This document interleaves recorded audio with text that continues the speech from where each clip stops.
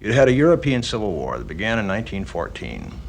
There was a long armistice in that war. It finally comes to an end in 1945. In the process of coming to the end, what happens is that sweeping into Europe from the outside are the Russians and the Americans. And they meet at Torgau on the Elbe River in May of 1945, with the result that no European nation wins the European Civil War. The winners in the European Civil War are, in fact, outsiders, the Russians and the Americans, most of all the Americans.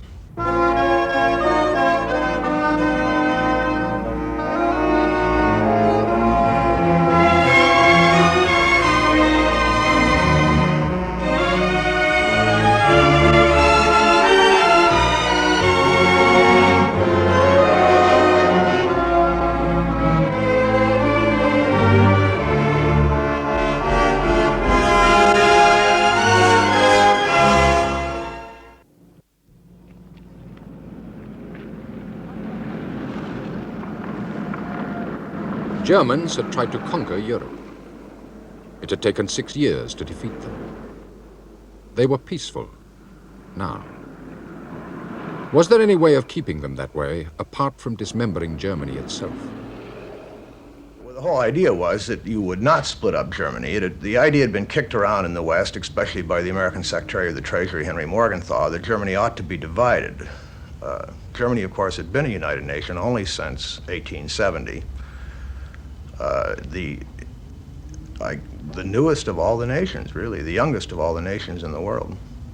And Morgenthau's idea was, let's divide it up, let's split it up, and dismantle all German heavy industry, turn Germany into a farming community only, so that Germany can never again pose a threat to the world. Roosevelt had originally endorsed that idea, and so had Churchill. But by late 1943, they decided that this would be economically a disaster for Europe, that if Europe were to recover from the war, she had to have the productivity of Germany, and most especially of the Ruhr. And that the Germans themselves would so bitterly resent a division of Germany that you would have enormous problems in the occupation. So, basic decision by early 44 had been made that Germany would be one nation. This still left problems because Germany is being attacked from both sides. The Russians will be coming in from the east, the Anglo-Americans coming in from the west. And that meant that sooner or later they would be meeting each other with all kinds of dire possibilities there, of which the most important was they would start firing at each other by mistake, not recognizing each other's uniforms. There would, of course, be language problems and so on. So you needed an agreed upon demarcation line that you would stop at and not go and prevent this sort of horrendous situation of allies firing at each other. What happened militarily was that the lucky accident of capturing the bridge at Remagen intact let Eisenhower's armies get into Germany much faster than anybody had expected. At the time of Yalta, when the decisions were finally sealed and the stamp was put on them that the line of division would be the Elbe River, it looked like the Russians would probably not only take Berlin, but would get across the Elbe and quite likely meet the Western Allies along the Rhine. The Western Allies at that time, of course, were just recovering from the Battle of the Bulge, and things looked pretty bad for them. But the recovery from the Bulge was quite a bit quicker than anyone expected. And then it was followed up by the capture of the bridge at Remagen, which let Eisenhower, in effect, get across the Rhine for free. Up till that time, they had thought that getting across the Rhine was going to be almost as big a job as getting across the English Channel in Operation Overlord. In April, the armies met up on the Elbe River, as planned. Of course, there was a great celebration at Torgau where they met, dancing and embracing, exchanging of gifts. Very happy time. The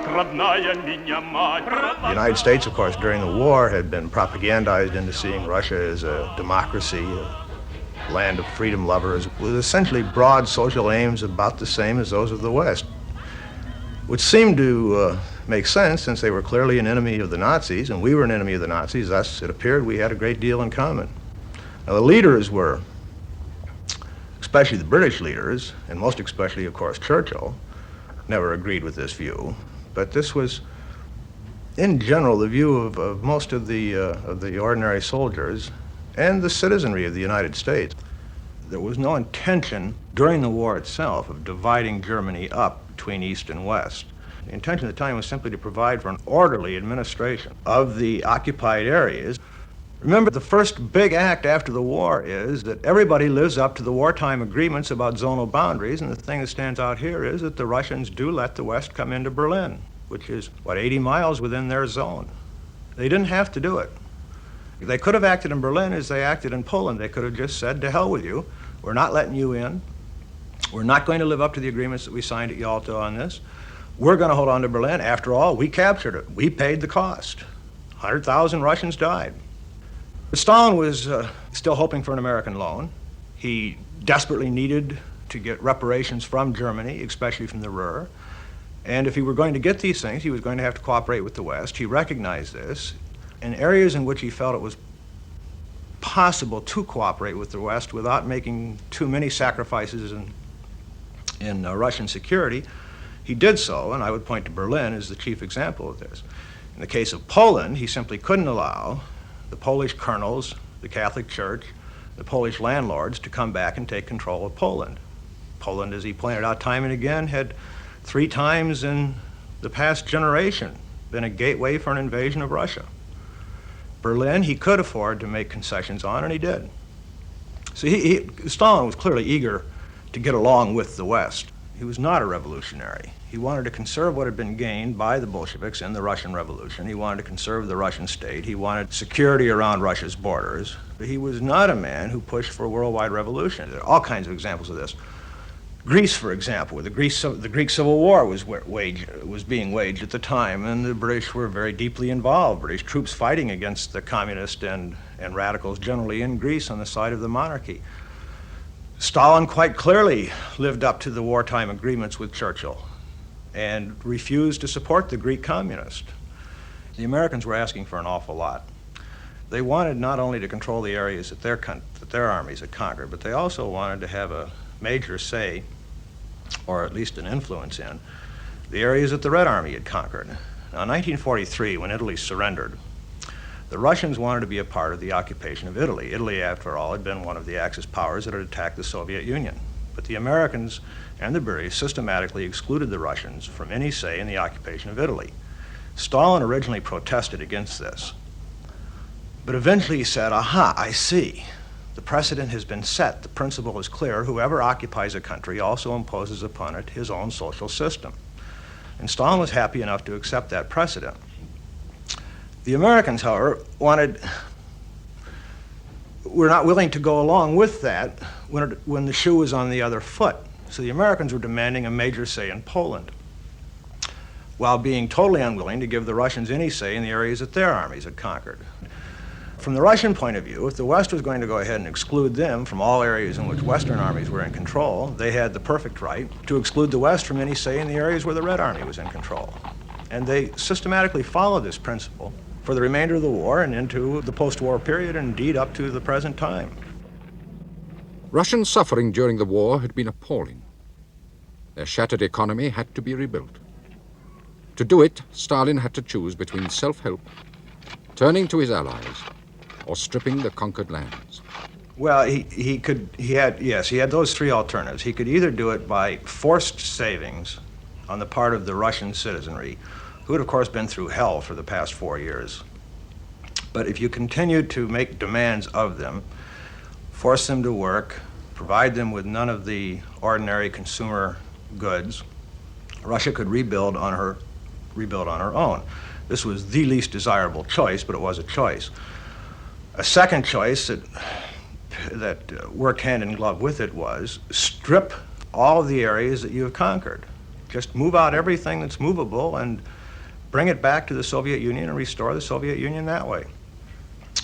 And of course that was done too. Both of those were the solutions that were in fact followed. The third possibility was get investment capital from the United States. And the Soviets did ask for an American loan. But the Soviets were not about to let the Americans come into Russia in the way that the Americans were already beginning to move into France, into Western Germany, in some ways into Great Britain. had already moved into South America. That is, the gigantic American corporations coming in, making investments, and taking control to a certain extent of the economy. This the Russians would never allow. They wanted a loan with no strings attached. The Americans were above all capitalists, and capitalists don't make loans unless there are strings attached to them. So that the only place in the world that the Russians could look to for investment capital, the USA, was, how the hell to put it? It just wasn't available to the Soviets because of it would mean opening up Russia to Western investment, to Western inspection teams. The United States, when they discussed the loan with the Soviet Union, for example, said, we want you to open up all of your books to us. Well, again, it didn't matter if it was a Tsarist Russia or a communist Russia. The Russians are suspicious of the West, and with very good reason. I don't think there was ever a ghost of a chance of the Russians and Americans creating the kind of world that they like to talk about during the war, an Atlantic Charter kind of world, a United Nations kind of world in which the victors continue to cooperate as they did during the war, because the only reason they cooperated during the war was that they were all deathly afraid of Hitler with very good reason. And Russian ambitions and American ambitions were bound to clash. Patton said, now that we've gotten rid of Hitler, we ought to get together with the Wehrmacht and drive the Russians back to the Volga. But that was patent bravado and bluster, and no one in positions of authority ever took such nonsense seriously. And eventually what you get out of the end of World War II is that Russia and America confront each other around the world. And then you have to sort out, well, what belongs to who gets what out of the war. Lines have to be drawn. This is what the Truman Doctrine really means, the doctrine of containment that eventually came in 1947. This is what Churchill means by the Iron Curtain. Much as he hated it, and as much as many people regret the imposition of the Iron Curtain, in fact, the Iron Curtain line in Europe turned out to be, rather like the division of Germany, the best thing. People knew who belonged to what. Rather what belonged to who. So that one of the unexpected results is that you have had a much better, without having had a formal peace conference, you get a better settlement in Europe after World War II than you do after World War I. World War I, they all got down on their hands and knees on these gigantic maps and drew out the lines of where the new countries would be with the Austro-Hungarian Empire broken up and the German Empire broken up and so on. And it looked like a very smooth and very intelligent settlement. In fact, of course, nothing was settled, as we learned in 1939, if not earlier. World War II, you get nothing like that kind of a settlement at the end of the war, so that willy-nilly things fall into place. And we have now had the longest peace that Europe has enjoyed in modern times. And the United States in World War II was very wise indeed. What we did was we paid the Europeans to do our fighting for us. This is, seems to me, the only way that one can look at Lend-Lease. Lend-Lease is a program designed to make it possible for Russia and Britain to carry on the struggle against Germany, to maintain a balance of power in Europe, that allows the United States to almost, in effect, stay out of the war, and yet become the great gainer from it. We get much more out of the war than anyone else. There's a paradox here that very quickly after the war was over, Americans began to take the attitude that, aha, here it is again. We got fooled once more, as we did in World War I. We made this enormous effort. We beat the Germans. We beat the Japanese. And who wins? The Russians win. The Russians get East Europe out of it. We were suckers. This is very widely felt in the United States. It was a strange attitude to hold when you look with whatever objectivity that one can muster about such things, is what the real results of the war were. The United States came out of the war with, first of all, not simply an intact physical plant, but a vastly expanded one, 2, perhaps even 3 times as big as the industrial plant of 1939. In all the world, only the United States had excess investment capital. A lot of fortunes were made in the United States during World War II. A lot of people got very rich out of the war. Manpower losses were almost insignificant. Compared to the other combatants, insignificant. Only slightly more than 250,000 Americans died during the war.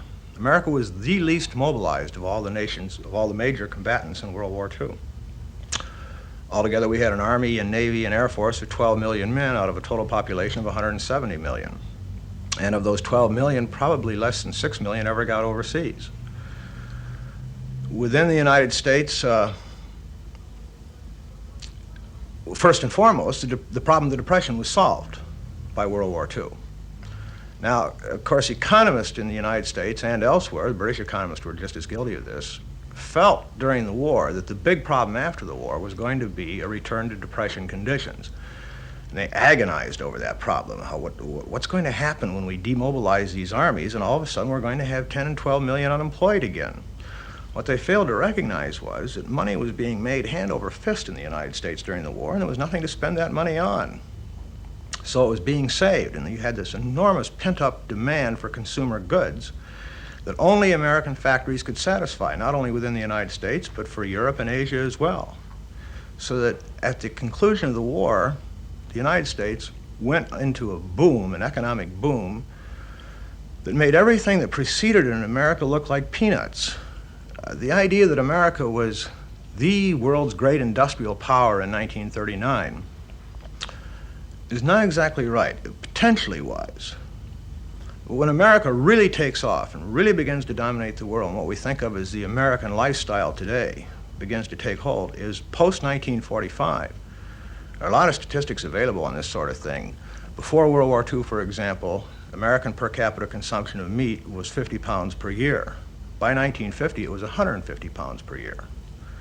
Before World War II, less than 1 out of 4 American families owned a private automobile. The idea that all Americans owned their own car before World War II is just simply wrong.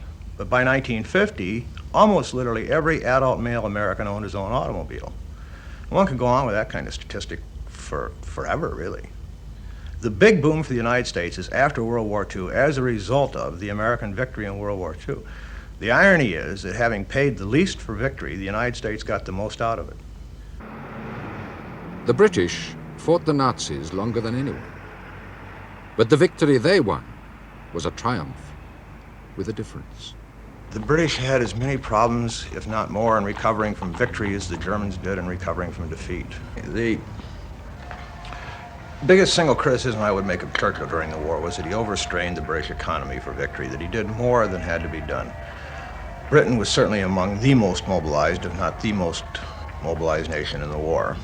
The rail system was worn out, the industrial plant was worn out, the transport system was worn out. In addition, the British were it wasn't altogether Churchill's fault. The Americans drove a very hard bargain. The Lend-Lease Act, which Churchill, of course, called the most unsorted act in all of human history, may very well have been that, but there was much about it that was petty. The Americans insisted, before they began making the contributions to Britain via Lend-Lease, that the British sell their overseas assets. This meant that at the end of the war, the income that the British had counted on or depended on for so long from her overseas investments were no longer there. They had been sold at American insistence. What did Britain get out of the war? Not very much. Not very much. She lost a very great deal. I suppose, if you want to look at it positively, she got a moral claim on the world as the nation that had stood against Hitler alone for a year and had provided the moral leadership against the Nazis at a time when everyone else was willing to cave in to the Nazis. The British, I suppose one would have to say, paid the most for victory and got the least out of it. The Russians paid an enormous price for victory, of course, but the Russians did get gains out of the war. First and foremost, they got control of East Europe and the imposition of regimes friendly to the Soviet Union in Eastern Europe. That is, of course, a euphemism that Stalin used time and again. What it means is they got control of Eastern Europe and were able to set up puppet governments there that were very much in the control of the Kremlin. This meant the Soviet Union, for the first time in its existence, and in many ways Russia, for the first time in its history, was now secure from attack from Europe. The Soviets were able to create a buffer zone between them and the industrialized nations of Europe. In the Far East, the Soviets made gains that the Americans after the war felt were far greater than they deserved, given their contribution to the victory over Japan, which Americans thought was a minimal or even non-existent contribution, although in my own view, the Soviet attacks on the Japanese army in Manchuria, beginning on August 8th and lasting for only 2 days to be sure, were nevertheless the decisive event in the Japanese decision to surrender. This gets us into a whole kettle of worms that I'm not sure we've got time to get into here, but the Soviets, communism gains out of the war more than the Soviets, in the sense that the communists get North Korea, first of all. Eventually they get North Vietnam. And of course China goes communist. The West gets Japan, South Korea, and South Vietnam. So that again, without having had a formal peace settlement, you get a fairly just, fairly equitable distribution of the spoils in Asia. And the same tends to be true, it seems to me, in Europe.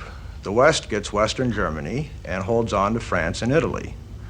The Russians get Eastern Germany and settle finally the question, who's going to run Eastern Europe, the Germans or the Russians? For centuries, Germany and Russia have struggled over the control of Eastern Europe. That question was settled by the Red Army in 1945 when it overran the area and made it perfectly clear to everyone that to hell with world moral views or world public opinion or anything else, they were going to hold on to Eastern Europe, period. And of course they have, as we all know. There's a view around the day that World War II turned out disastrously for all concerned, except possibly the communists. I think one can be very positive about World War II. The most important single result is that the Nazis were crushed, the militarists in Japan were crushed, the fascists in Italy were crushed, and surely justice has never been better served.